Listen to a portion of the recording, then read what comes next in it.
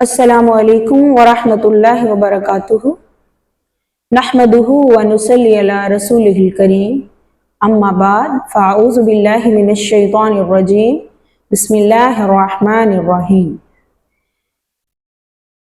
آج کی میری ایک دعوت ہے قرآن حکیم کے لیے، اللہ کی اس کتاب کے بارے میں جو اللہ نے اپنے پیارے محبوب یعنی رسول اللہ صلی اللہ علیہ وآلہ وسلم پر نازل کی۔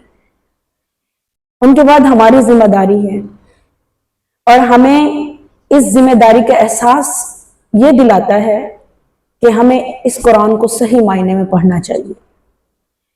تو میری پیاری ماؤں، بہن، بیٹیوں سے التجا ہے کہ جو ہم ایک بار قرآن کو اٹھا کر پڑھتے ہیں اس کے بعد ہم اس کو بند کر کے رکھ دیتے ہیں، کیوں نہ ہم اس قرآن کو بار بار پڑھیں، کیوں نہ ہم اپنے اندر اس قرآن کی کیفیت کو محسوس کریں، آیا کہ ہم لفظ کی ادائیگی ٹھیک کر رہے ہیں یا ہم میننگز جو ہے وہ کہیں چینج تو نہیں کر رہے، یا ہماری عربی کا پڑھنے کا طریقہ انداز ٹھیک ہے، یا ہمارا تجویدی لحاظ سے قرآن صحیح ہے۔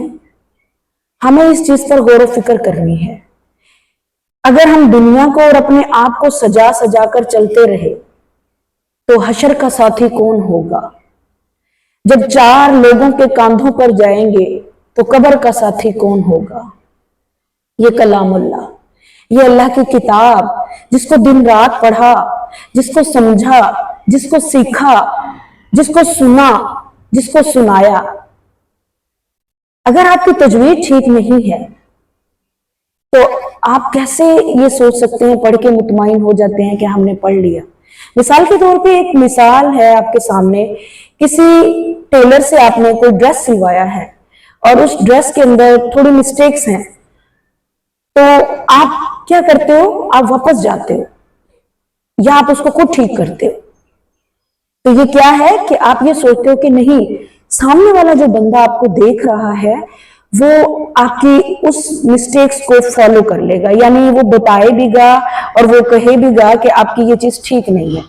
تو کیا ایک اللہ کی کتاب کے بارے میں ہم آتے ہیں، سوچتے ہیں، تو جب ہمیں اپنی غلطیوں کا پتہ ہوتا ہے یا ہمیں اس چیز کا آئیڈیا ہے تو کیا ہم ایک اللہ کی کتاب کو ٹھیک نہیں پڑھ سکتے جو قبر کا ساتھی ہے، جو حشر کا ساتھی ہے؟ تو آپ لوگ اس چیز پر ضرور سوچئے گا کہ قرآن رہنمائی کرتا ہے، بہت ساری غلطیوں کو جو ہے وہ ٹھیک کرنے کے لیے ہمیں اپنا آپ لگانا پڑتا ہے، اپنا ذہن، اپنی زبان، اپنی ہر چیز، مطلب مائنڈ یا مینٹلی طور پہ جب ہم اس چیز پر لگاتے ہیں تو ہمیں سمجھ میں آتا ہے کہ واقعی زندگی کا ٹائم بڑی سپیڈ سے گزر رہا ہے، کب صبح ہو جاتی ہے، کب رات گزر جاتی ہے اور کب نیند آ جاتی ہے۔ تو قرآن کب پڑھیں گے؟ اس قرآن کو کب سمجھیں گے؟ اس قرآن کو کب دل میں اتاریں گے؟ ان کانوں سے قرآن کو کب سنیں گے؟ تو خدا کے لیے میری آپ لوگوں سے التجا ہے کہ اپنے بارے میں خود سوچئے گا کہ قرآن سیکھنا ہے، اگر غلطی ہے تو اس کو ٹھیک کیجئے گا، اور اگر ٹھیک ہے تو کم از کم صبح اور شام میں قرآن ضرور پڑھا کریں۔